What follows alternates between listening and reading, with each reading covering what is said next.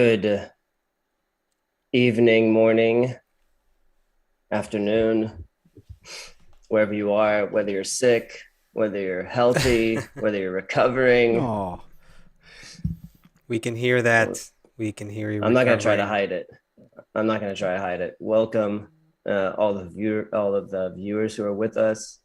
I'm still recovering, you guys. I'm not going to try to play it off. I'm going to get the sympathy card. And I'm going to play it well.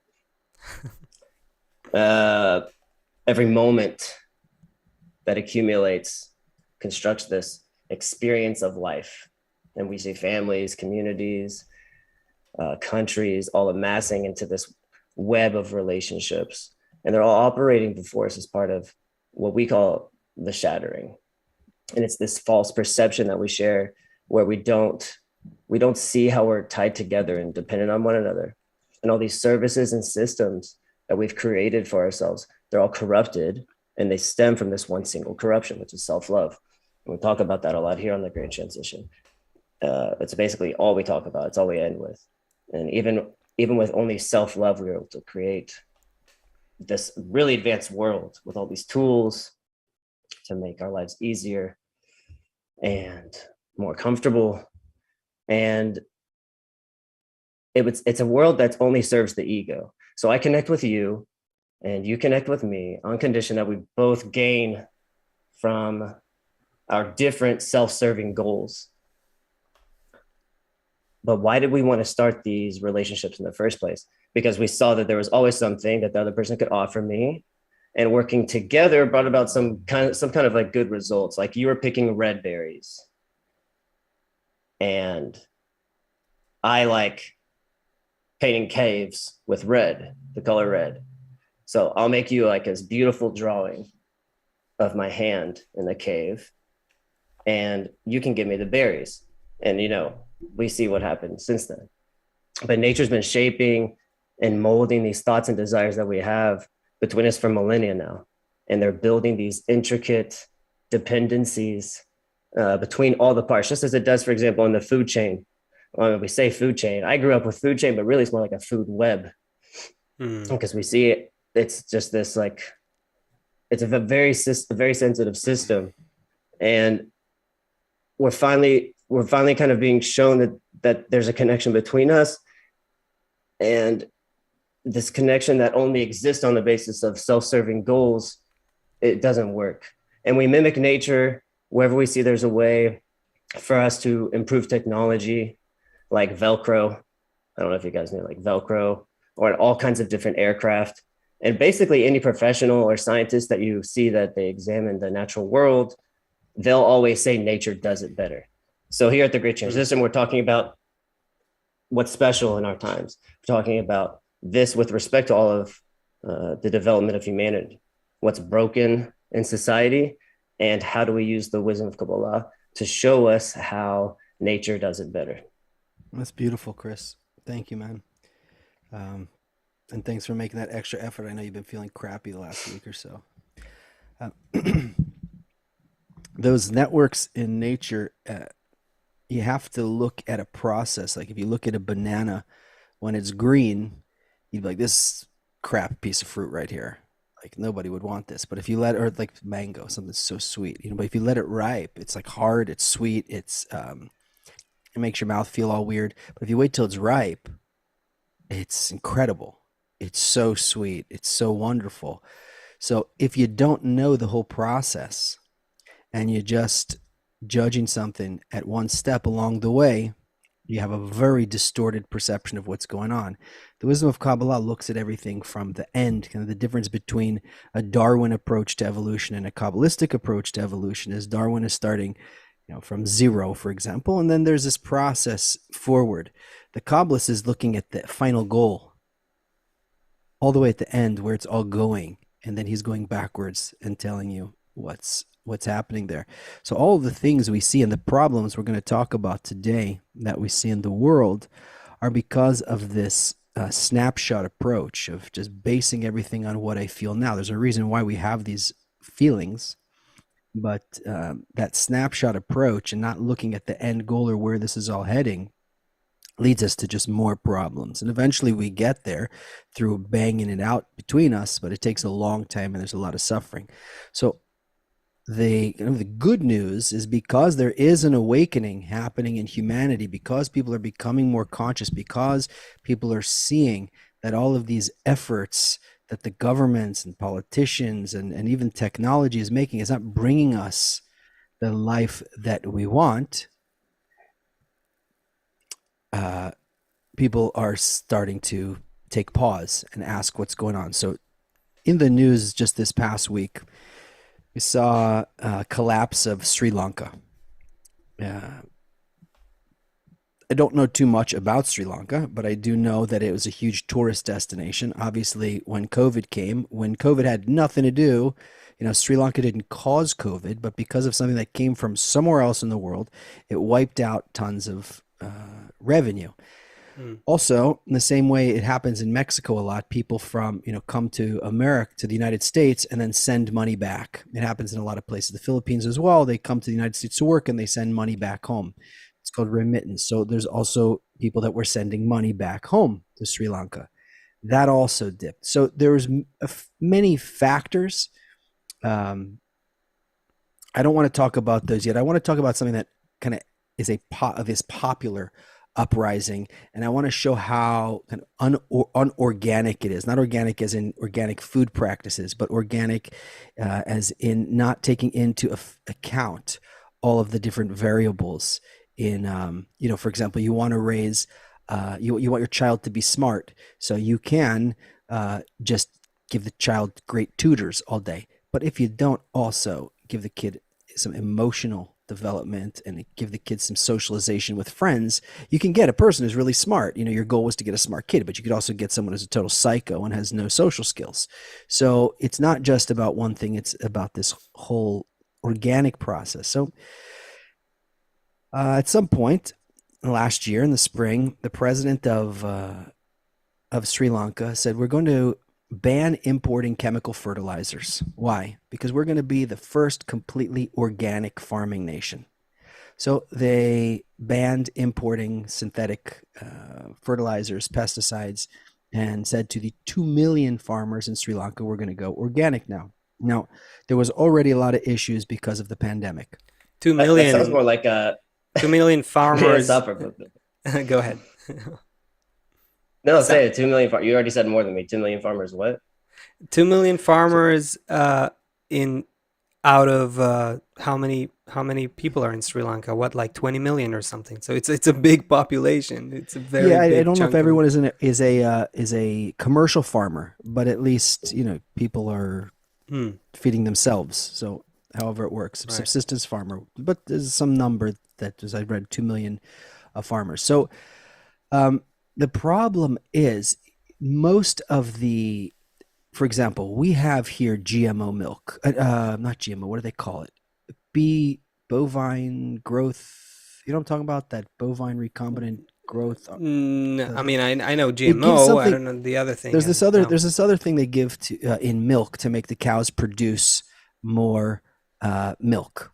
Okay, and then we also have all of these fertilizers, which are supposed to make the ground produce more food. Okay. All of these things were legislated and came from kind of the top in order to produce a lot of goods, foods, products. And this is the way that tax incentives were given, etc. For even actually in the U.S., you can Google and see milk being dumped out at sea because they keep the farmers working. The farmers use this whatever it is to make the cows produce more milk. It's more milk than is needed, and in order to keep the prices stable, they dump some of the supply. Right. It's not really an organic process, not organic as in so food, basically we're throwing good stuff just to the trash just in order to keep prices to stabilize prices. Right. Okay. Right. So when you so the government said the idea is, first of all, if we're not going to import all these fertilizers, we're going to save a lot of money as a country. Also, they linked diseases. to these chemical fertilizers. In a side story, there was another news item that came out this Wait, week. Sri Lanka discovered that? Yeah, well, they said that there's kidney issues, other issues from these chemical fertilizers. Mhm. There's another side story, just put it on the shelf for a minute, that they found something like 80% of urine samples have Roundup in it, this weed killer that's used Yeah, a lot here. Okay, so 80%? Wow. 80% of urine samples, yeah. including So what children. what began as a problem for farmers Oh, wait, in wait, wait, Sri wait, wait. Lanka. You just reminded me the credit card. We have to say, we have to mention the credit card thing. Remember, What's the credit card? I think we mentioned it a What couple credit shows card? ago, but that there's some research showing, I mean, it's more general, that from all the microplastics in the air and the water and whatever, where every, every person, I think it was about the US, but it's relevant to basically all the Western world. You're eating about every week you're eating about a credit card Credit card's worth worth of of plastic. plastics So in your all the stomach. the Yeah. stretchy socks, stretchy pants, Right. everything that's polyester in it, when it goes through the washing machine Hmm. in places where we use the washer, so microplastics also from that go into the water supply. So we're also ingesting Yeah, it's everywhere. plastic through our water Hmm. it's everywhere. So Sri Lanka has long been self-sufficient when it comes to rice, for example, but now they are importing hundreds of millions of dollars worth of rice. Because So of the farming because issue? of all of this, yeah. Okay, so I'm not coming to a conclusion yet. I'm just putting a bunch of things on the table. Now I want to relate to what's going on in the Netherlands. So probably everyone has seen the Dutch farmers shooting manure at I the have. government buildings and things like that, I and all haven't. of the farm. Okay, so I heard you it's a fun mention it, video but to I watch. haven't. We Fun should video to find. I'll watch. find a video right now while he's talking. So there is in the Netherlands, there's something called the Minister for Nitrogen and Nature Policy. So they said that now, by the way, let's let's also put another fact on the table. 50% of greenhouse gases, right? And that's a big push now in the climate movement, is to reduce greenhouse gases. 50% of greenhouse gases come from the farming industry. It comes Hmm. from the fuel used to produce the food. It comes from the chemical production. It comes from transporting all that food. It comes from packaging Right. all that food, and it also there's okay. So a lot of almost half of the greenhouse gas production comes from the farming industry. Now there's another issue, which is nitrogen, excessive nitrogen and ammonium. So the plan is from the government, from the top down, that farmers will need to reduce their cattle population by 30%. Okay. Obviously, to farmers, this is how they make their living. Right. That's a big blow. And the government says it's true. They admit this is true, that farmers dumped their manure This is in the Dragif water. Oh on God. Twitter. Yeah, so Wow. they just backed up. They just back up their vehicles and just spray it all over. I mean, Wow. that's not an easy thing I to didn't clean see it up. before. It's So pretty. smelly It's too. yeah. When Have you ever you gone by those Wow. oh, can you plants? So imagine the smell? smelly. Yeah, yeah, So this is yeah. the So when you hear manure, about it, it doesn't sound bad. When you see it, it looks bad. Yeah, right? So this is a manure protest, right? I understand yeah, correctly Yeah. what I'm saying. yeah. Okay. Yeah. They're okay. So here's the thing. All right. They are experts. They have a small country. They are experts in producing. So cows used to. Now I'm kind of moving past facts a little bit. I want to just tell a little bit of the story around it. Cows used to graze on grass. That's how it was done. Sure. Now, in order to produce all of the meat that is consumed now, cows are produced not in grass, in a factory where they might not ever step foot on grass. Okay? Right. Everything, they're connected to all kinds of machines, and everything is done Right. very, very efficiently. There's a tremendous amount of ammonium from feces and urine and nitrogen that's produced in a very, very concentrated area, which does cause a lot of problems. If you've ever gone by one of these chicken coops where they have like Terrible smells thousands, for tens of miles. thousands. It Right. smells For miles. crazy bad. Yeah, yeah, yeah. So problems, you And mean people actually have to work. pollution wise? That's what you mean?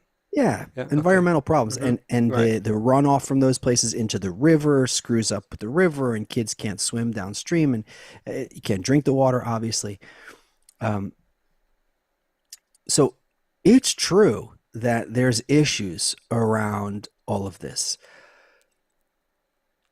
and it is true that a lot of these chemicals came from, World War I, World War II. There was I wrote down a little factoid here. 100 years ago, chemists Fritz Haber and Carl Bosch, everyone knows Bosch, it's a big chemical company, devised a way to transform nitrogen into the air into fertilizer. But his place in history is controversial because he's also considered the father of chemical warfare. And they developed the weaponizing of chlorine and other poisonous gases during World War One. And of course, Hitler used all this in World War II.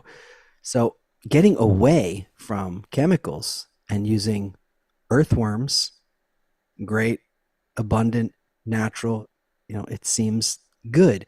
The issue, well, okay, I put all the facts on the table. So is there any comments yet before I No, go go into ahead. them? I'm waiting to see where you want to take that, On the because I edge mean, of my so seat. so far it's been daunting and not hopeful, and It's hard to be a and farmer, is what I understand in the 21st yeah. century. The issue that I see in all of this is that the way that farming practices are now is because this is where tax incentives were. This is how it was legislated, and this is how the education of the people and the farmers. Farmers used to be taught 30 years ago that the soil is an empty vessel and you need to put fertilizers and everything into it. But Right. soil is a living thing. Yeah, and we're actually killing it by We're continuously Right. exploiting it, right. overusing it, and So there's all kinds of yeah. to come and say that everything should be natural and is wonderful. Hmm. But when it comes again from the top down, from the government coming in and saying, you're Hmm. going to do this. Now, here's something interesting. Bill Gates uh, is now pushing for this non-cow meat, non-animal meat, right? Right. So You heard like, about this? yeah, like cultured meat or meat that you make from plants Meat and that you it make in a tastes like meat. laboratory. Yeah, okay. Yeah, there's But two here's the ways weird, I understand. One is like you take a genetic sample and you multiply it, and then there's creating something that tastes like meat from not non-meat at all, like from plants or something. Anyway, whatever. exactly, One of those methods. Yeah. Okay. exactly. So, okay, but why at the same time is Bill Gates also the largest? This is not a show about Bill Gates, but he's also the largest farmland owner in the United States. So at Mhm. the same time as trying to tell everyone to reduce what the farmers are doing and to go to non animal meats, simultaneously buying up all the land. Similar thing is happening in the Netherlands, that when the government comes and it will shut down all these farms, then the government comes in and buys up the farms and controls the production of food. So here's the thing that I want to talk to you guys about. Is it a problem, for example, for the government to be the sole controller of all the food? Is it what do you do? How do you, if you have some idea, how do you do it from the top down like that? How do you just come and say, the same thing we're dealing with now? We talked about, you guys talked about it last week when I wasn't here, about Germany. Like, how do you go and just say, now we're going green? And we saw what happened with Germany. Now they're back to coal. So how do you make these, how do you fix things kind of from the top down like that? It seems to be just causing chaos everywhere. They're trying to fix problems, trying to fix wars, trying to fix um, the environment from these top-down approaches, and the people from the bottom are revolting every time. Right. Well, there's a couple of aspects to this here. I mean, there's the green, let's go green, going green aspect, um, which I don't know what's happening right now if everyone The can see streams. us or not. I think the streams are coming back, but I think it's taking a few seconds. Uh, weird. Um, hey friends, if you can hear us, see us, Nikki says we're back. That's a good Okay. sign. So I think we're back. Yeah, I mean, okay. I think yeah, it's okay. Yeah, Julie confirms and Annie confirms. Thank you, friends. All right, we are back. So, okay, so we have the green aspect of this thing. Okay, but you, Seth, you before we had this technical hiccup, you said you want to focus on how do we make changes at all that come from top down, right? Like what is it about? How do you make any kind of change of policy? So I think your question basically is not just about going green. It's about in general. What do you do when you think you want to change infrastructure policy, and it affects a lot of people and sectors of the population and economic aspects of society? Like how do you do it? Is that what Good for we're? one is never good for all. Well, usually, I guess. But if Mm, you're talking about policy, it's never like that. Let's take something like this green initiative, right? Who would say that they want the water to be polluted? No one. Who would say that they want their kids to grow up in a place where you can't breathe outside? No right, one. right. So it seems like a good idea, right? That Okay. we should all go green. Mm-hmm. And the faster the better, right? Ooh, all Cold right. turkey. Cold Right. turkey. Well, no, I Snatch mean, it if you out of can their have something hands. good, if you can have something good, Right. you say cold turkey, it makes me think of, of detoxing or something. But if you say On no, rye. there's something good, and you can either have something good sooner or something later. And as the Dutch minister said, uh, it will hurt, and some people will lose their businesses, Mm-hmm. their farms. But this is what we need to do in order for the greater good of everyone. Well, just have a backup plan for them. If someone's losing their business, then make sure that there's something that they can fall back into. See, but then you get into okay, so I can't just do what I want or change things, even if it's on face value all for the better. I think that's what's interesting about this case, because I mean, both in Sri Lanka and in the Netherlands, we're looking at this attempt to go green, right? And like Seth said, on the face of it, this is nothing but good. It's a good thing. Yes, we all want less pollution, less depletion of resources, cleaner air, better water, do good for the ecosystem and all that. And yet, what you see is when you try to force it from top down, even if it's the best change in the world, let's say, even if it should be good for everyone, Sri Lanka collapses, and a bunch of It's as if farmers nature throw manure on the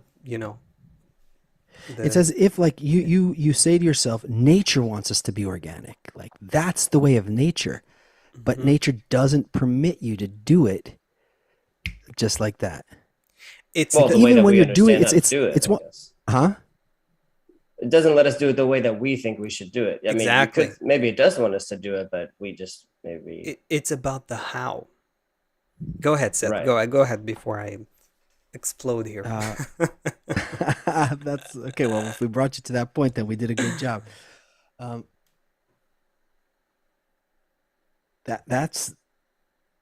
that's the issue because any of these ideas, we don't trust the people who are making these laws. We don't trust that they have our best interest at heart, and even if it feels, um, Yeah, that's exactly the problem. We don't trust. We there's no trust. If it feels what? Go ahead. You were in the middle of no, go ahead, go ahead. the okay, here's what I see here.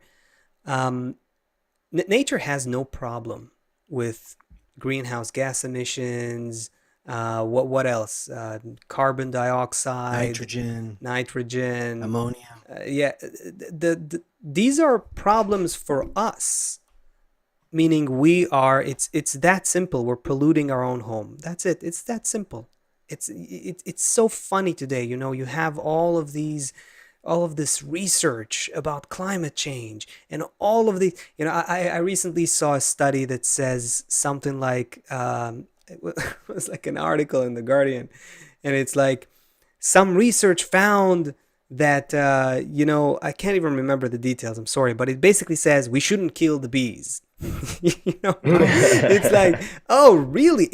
It's so funny. We've grown so detached from our own habitat that we need to intellectualize what's going on when it's like the most obvious thing. It's like saying, oh, we need water. We need air Right. to Turns out a breathe. person should exercise it, a little Yeah. bit every day. Like, Yeah, oh, really? And get some sleep. Be nice to Wow. all those psychological research. Same thing. Be nice to others. It will make you happier. Whoa, big revelation. Wow. This it's so funny. It's such an obvious thing. Why is it not obvious to us? Why do we spend millions of dollars in grant research, research grants for research or things like that just to prove to ourselves the obvious? Because the problem is deeper. We are detached from each other and from the natural system in our consciousness. That's the problem. Our body knows what's good for it. Your body recognizes that eating so many cheeseburgers is not going to do good to you, but your mind doesn't. Your society doesn't. Your psychology doesn't. That is the problem of consciousness that we have. And so how do you go about making everything green? It's not the policies that need to change per se. Sure, they will change too, but first we have to change ourselves. That's the problem. And of course, and I said it's about the how, in my view, that's the problem here. This is why economies collapse and farmers are revolting and so forth, because no one is trying to do this collective change together, this change of consciousness. No one is aiming to bring everyone to the table and understand that We need a shared goal. A shared goal, exactly. Shared common future. Yes, shared destiny, shared fate. Yeah. When you have a sports team, you have a soccer team, for example, football team, you have a goalkeeper and a striker, and you have midfielders, and everyone's got like a totally different job. Everyone trains differently.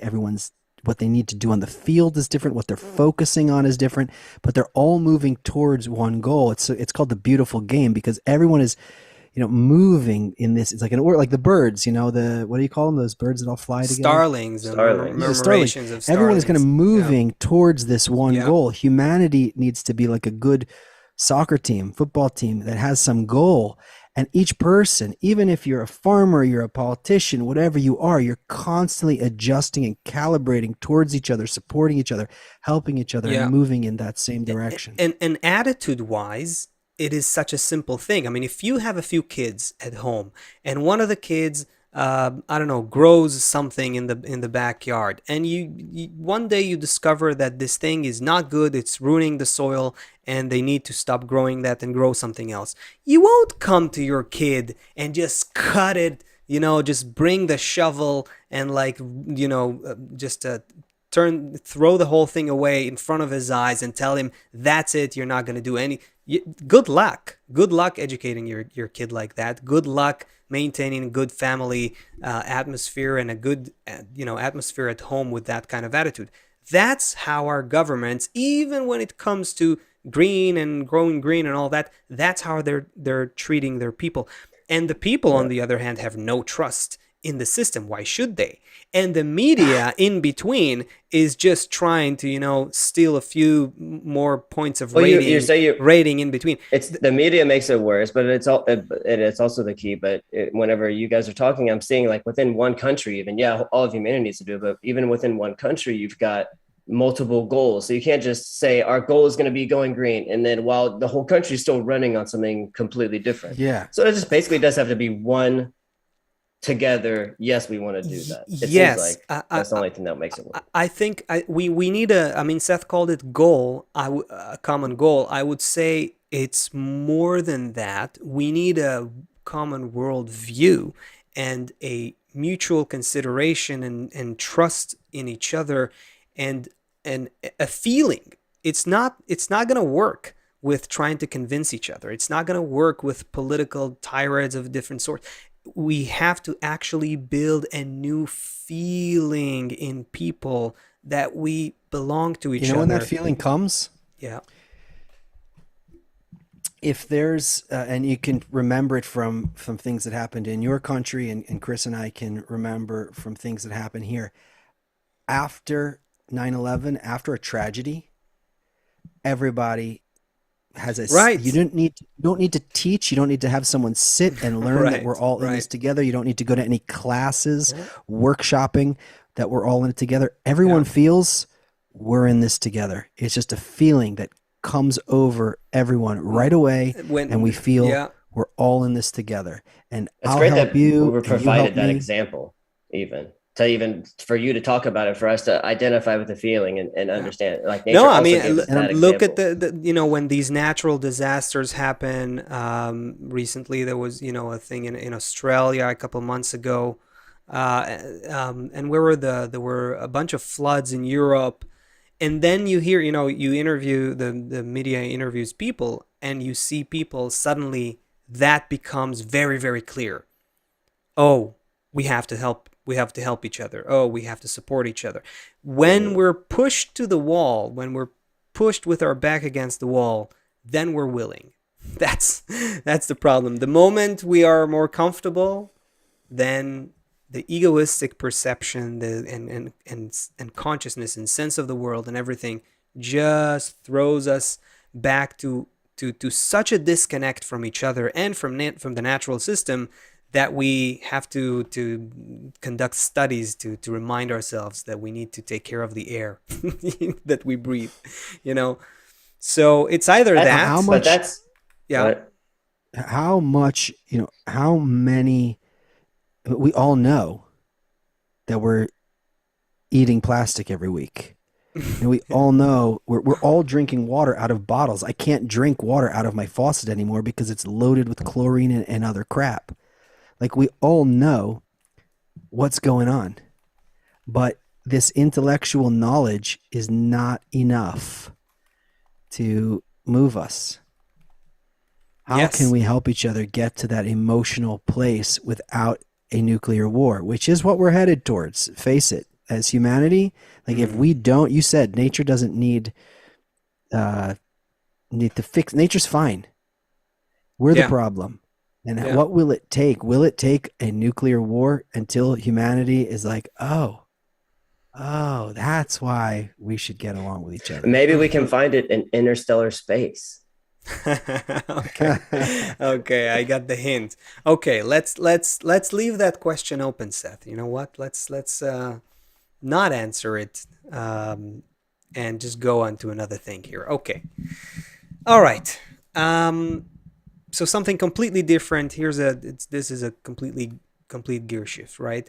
So take a look at this image. All right, this is the first image from the James Webb telescope.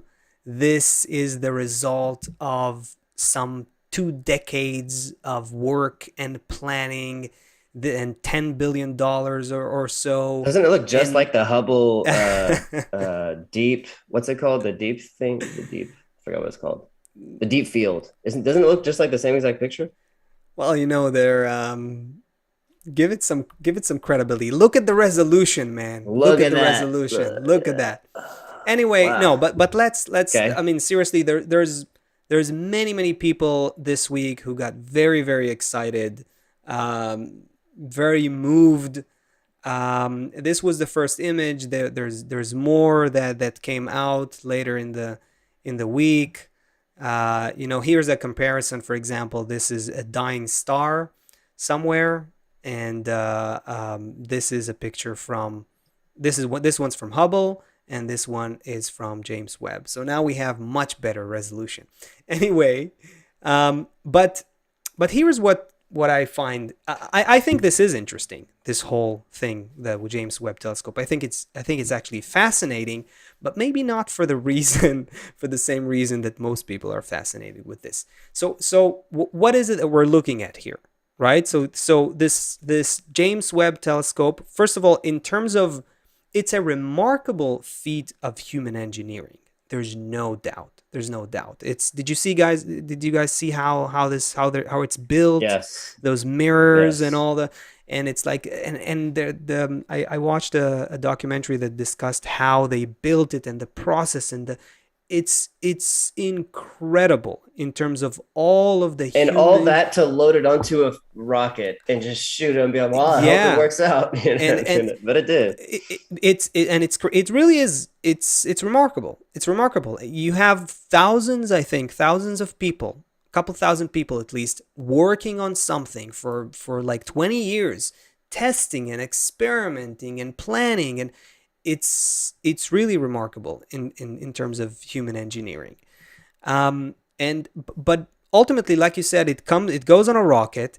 It travels about a million miles, I think, into space, in the opposite direction to the sun. So exactly in the opposite direction to the sun, it goes from Earth a million miles away.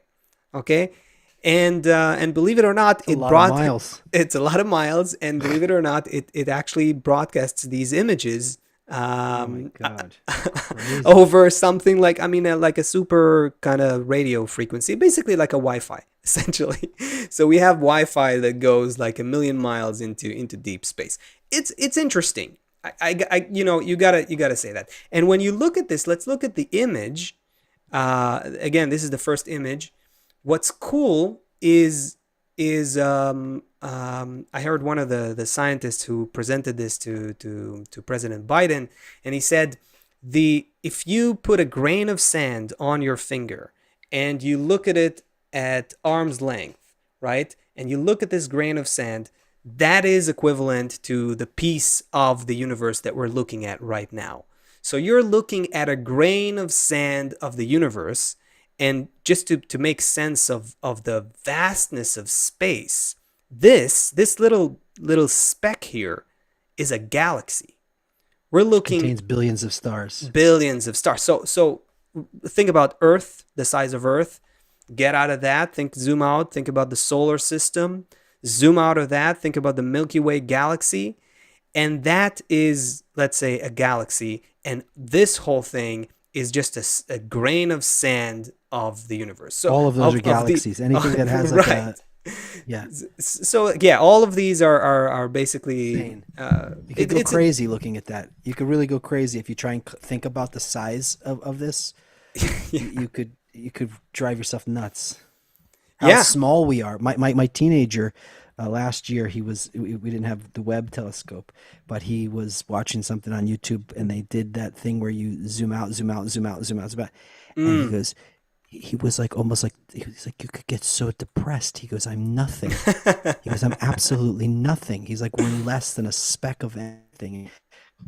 Okay. We're so small. It's unbelievable how small we are. It's ridiculous, huh? It's ridiculous when you think about it. It's like, it's really, we're not even a pixel. Like it's not. But you think about that, and why do we? I thought about that, and then I was like, why did I just get in a fight with that person? Like, it is so stupid. Like you think about that, and then like the interactions we have all day are so insignificant, but they seem so big. It's a default perception. It's like, I can go over here and take on a different perception, but as soon as something else happens, I click into it. It's like this default thing that I can kind of like maneuver it a little bit. It takes effort to get out of it, but it's like this elastic band that just snaps right back into place. And I'm like, I don't even know that I snap back into place. I can continue wandering on for a few years till I even have that thought about how small I am again. And that's kind of sad. So let me flip this thing on its head completely now. Okay. And here's why what I'm excited about. So this is the vastness, the unbelievable vastness of space. This is a grain of sand of the observable universe, right? And here's what our teacher said, Kabbalist Dr. Michael Lightman, in one of the daily lessons this week. Like this is from July 12th. This is like from 2 days ago. Interestingly, he says this: everything is inside of you. It looks to you as if it is outside, but it's all inside. Everything on the outside is a replica of your internality. The world, the constellations, and everything there is, I'm seeing the insides of myself, the still, vegetative, animate, and speaking levels of myself. So, how does that make you feel? When you take another look. I'm supposed to feel big now. I'm supposed to feel so expanded out into the universe. What do you make of that? Let's dive into that a little bit. How would that make your son feel, Seth? Well, it takes preparation to even digest what you just read. You can't just say it and get a feeling from it. Of course. I mean, there is a feeling that comes from reading it, like a wow feeling, or that's really interesting feeling. But to digest it, you gotta chew it, then it needs to go to the stomach, then it needs to be absorbed by the blood. I mean, it's like a whole process to really internalize what's going on there, because what does that mean about who I really am? What am I really? Because I have this perception of fighting with this neighbor. I have this perception of struggling at work. I have a perception of, dealing with the skin issue. I have all these things that seem huge. But who am I really if everything in the world is contained inside of me? I'm focused on this super external perception of myself all day long.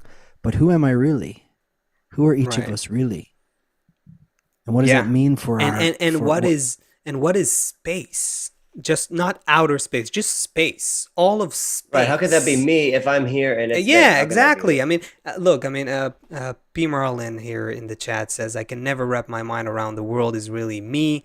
Then who are you, and who is her, and who is him?" Right. So we need to do some digesting. We have some digesting to do. So yeah.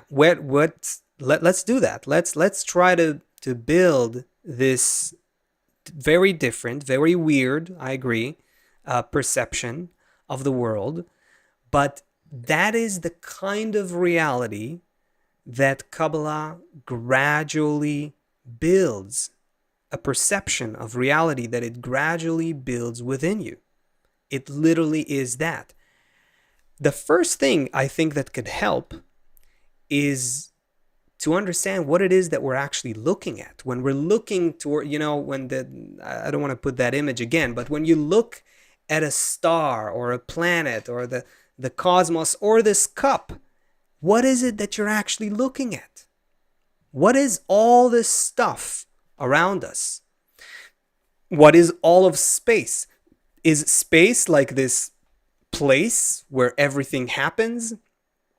What is space and time? So in our intuitive bodily perception, we are little things, extremely tiny things, as we just saw from the vastness of space. We are tiny things in a place, and time is passing by. That's kind of the ordinary intuitive perception we wake up into the world every day with, right? But time and space. Just to add emotion to that. Yeah. If we lose something precious to us, like we could fall on the ground and like cry and feel so distraught. But really, we're like smaller than an ant. We're like nothing. But these feelings that we have are like as big as the world. Oh, nice. You can have a feeling that just completely just takes over everything. There's nothing else that exists except that one feeling. This is a great point. It's a great point because you have a mind and a feeling and a desire that can contemplate the vastness of interstellar space as we just did, but you are so tiny. How does that even make sense? Where is all that space? So space, from a Kabbalistic perspective, is not where we are. Space is how we interpret where we are. We are in a field of feelings, like you said, desires, to be specific. And the cosmos, which we think of as all of space, the cosmos is a single entity. All of the vastness of space, with all of the nebulas and the supernovas that happened and maybe are still happening in the far reaches of outer space, and the minerals and rocks and plants and animals that we see on planet Earth, and other people too, all of those, first of all, are one thing. That is the first thing to recognize, and any scientists who will just scratch their head for a second will tell you, yeah, that's right. Everything's actually one thing. We divide it into cosmology and botany and mineralogy and people and things and planets and plants.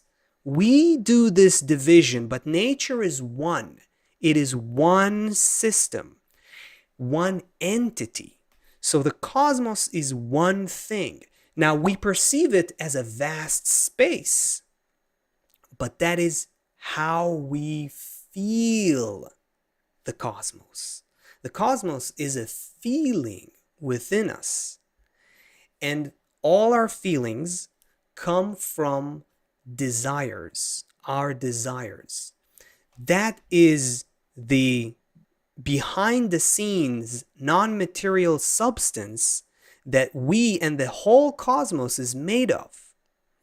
Bar Sulam says it beautifully, the great Kabbalist of the previous century says it beautifully, that all the various things in the world that will appear and that appear right now and will appear in the future, and all their different permutations and forms, whether it's on the still, vegetative, animate, or human level, they're all different frequencies or values of the will to receive, the desire. So space is not a place. Space is how we feel this desire that we are in. Okay. So everything that we see everything that we're perceiving, it's hard because we're receiving our perception from Hollywood and from the news. Right. It's kind of framing what we're feeling. If we were a Shaolin monk, or a kung fu master, we would walk through the streets perceiving totally different reality, let alone if we were a dog or a cat Sure. or anything like that. But if we could brainwash ourselves enough with this ancient wisdom and understand that everything we're feeling, everything we're perceiving is based on the quality of the feeling that we're having. So all of that is everything that we perceive. Sometimes I have this problem when you try and think of how can it be that Hitler is inside of me. The Kabbalist says everyone's inside of you. So how can it be that there can be these crimes going on in the world right now that exist inside of me? Mm-hmm. So it's hard because I'm getting my perception of reality from the news and from Hollywood that says I'm different from everything outside of me, and I'm an individual, and I'm separate from everything. But if we can imagine that all of those things are these distances from that kind of true point, I'll try to be very specific here to what you said, because I think that's a really cool angle. The space and time, by the way, they're both products of our perception. What is our perception? That we are separate. If you felt like you are the whole of reality, there would be no distance between anything. there would be no time that separates between states. If you felt Everything like would become one exactly, instantly. because we are the results of a spiritual process we're not going to get into called the shattering, we feel we're all parts of a single entity. The cosmos is a single entity. It's one giant, if you can call it that way, will to receive, desire to receive that was created, a quality of absorption that's designed to be a vessel for some quality of giving that wants to fulfill it. So that quality of absorption, that vessel that was created, it's one, but it's shattered. So what does it mean that it's shattered? It means that each of us are parts of it, including you, Annie, and P. Marlin, who just, I believe, asked about this. We're all parts of the same one developing entity, but each of us is looking at it from a unique perspective.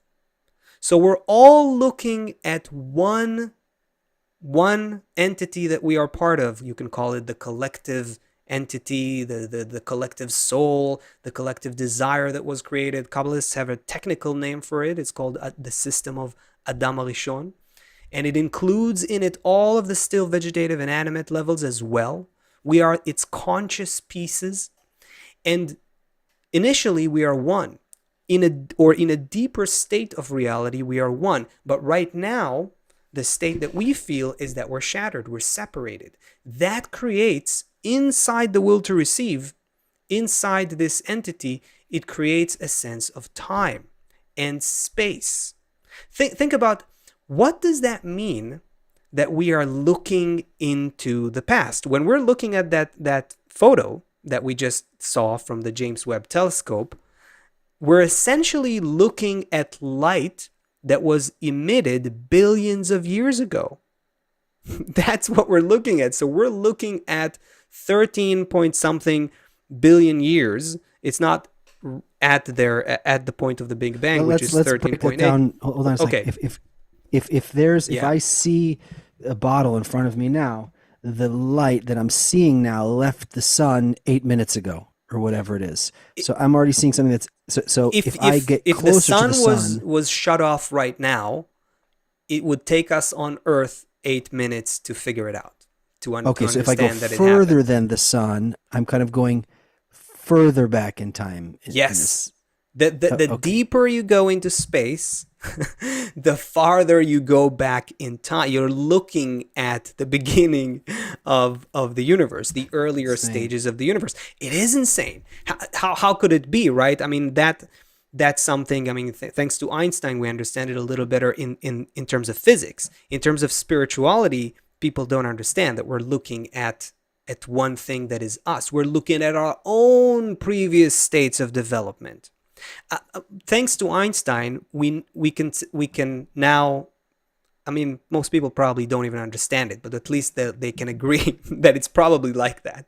That a photon that was emitted, let's say, in the Big Bang and is reaching us through 13.8 billion years, and we're seeing it with our telescope, let's say, you know, for that photon, traveling at the speed of light. It's traveling at the speed of light. So it's there at the Big Bang, and at the same time, it's here reaching your eye.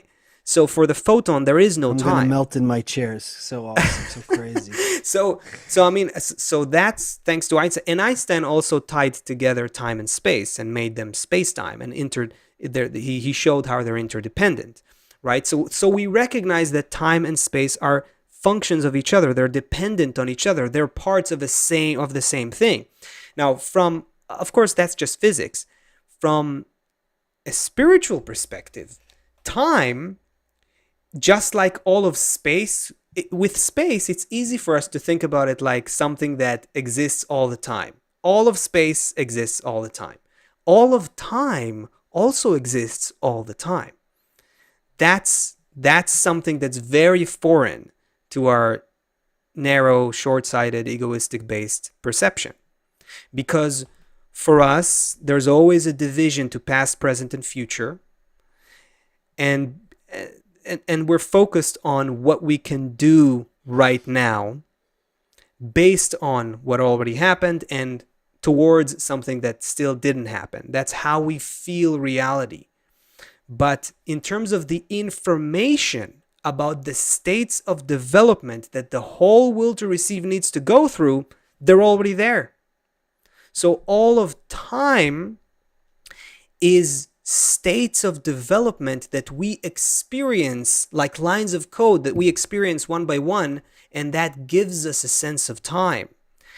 There's another quote from Kabbalist Dr. Lightman, and I gotta read it. I gotta read it to you, and it's also coming from this week. You may have noticed it in the lesson. So he says this: as science advances in our world, we're doing archaeological excavations or research in outer space to look at what existed billions of years ago. It helps us understand the present and become more connected to the driving force of nature. So what do you make of that? What does it mean that it helps us understand the present? This is that's clear. That's clear. You couldn't explain to somebody 2,000 years ago what it could mean. For example, what you get from the internet, what you get from an airplane. We can comprehend that something can happen in another part of the world, and I can see it. I can feel it here today. When I watch a movie, I could cry. I can laugh. Yep. By something that happened 10 years ago Yep. on a soundstage somewhere in Los Angeles, and it could affect me today. It would be really hard to explain that to somebody even a few hundred years ago. It'd be really hard to explain that to someone a few thousand years ago. So all of these scientific discoveries, archaeological discoveries, they help us understand the true nature of reality, which is really the true nature of ourselves. Yes. Much And better. so all we need to add. Also, okay, go ahead. Go ahead. Seth talked about zooming out sometimes, and I also love those like zooming out. Sometimes you see like the sun, and then it's compared to like the next sun, and it's compared to like a sun that's a little bit bigger. And then after a while, you've seen those videos, right? And it shows you like bigger and bigger. After a while, you kind of forget how small the other sun was, and all you're doing is having something that's relative, and then you're checking where you are. So when you're digging, you have like this kind of like you're checking what relative to what. I'm just answering the question. Okay, so nice. So here's the spiritual Kabbalistic take on this, right? Like addition to it. When we are investigating, whether it's an archaeological excavation or, the James Webb telescope or anything else, really, we are investigating what? We're not investigating outside reality, objective reality. What objective reality are you seeing? Through your 5 senses? Change your senses, you'll see a different reality.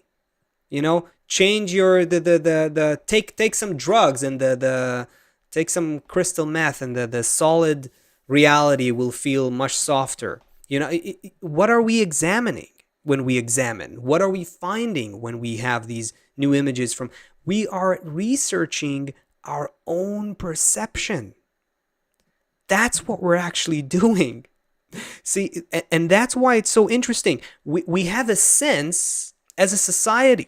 Look, we're willing to have these scientists, even in times of war, work on these projects, spend billions of dollars. We respect these images when they come. We have a sense that going into the far reaches of outer space will give us answers about who we are, where we came from, how we evolved. But we're very reluctant to go to the inner space to find these answers. We think it's very different. Oh, the inner space, who knows about that? What the heck is that? But it's actually the same thing because you're always researching your perception. We never actually know how objective reality looks like. We're doing this already. We're already researching our own vessel of perception. We have different levels in it. 5 to be exact. 4 and a root level. And these 4 levels give us that experience that we call still, vegetative, animate, human, These are our vessels of perception. So anyway, I see that our time is up, but I could go on about this for a long time. But I don't know. How do we wrap this up with Seth? Oh, it's not going to be with Seth playing his seem- guitar. I know that. No. We need to have some new education.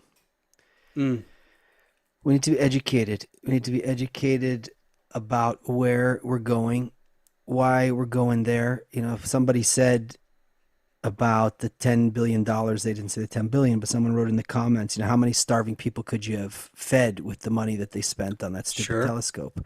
You know, so, but if we're Goals, all different, change the goals. Yeah. Yeah, but if we're only just concerned about feeding each other only, so then we're just animals. You know, we're just dealing with food. So on the one hand, we need to eat.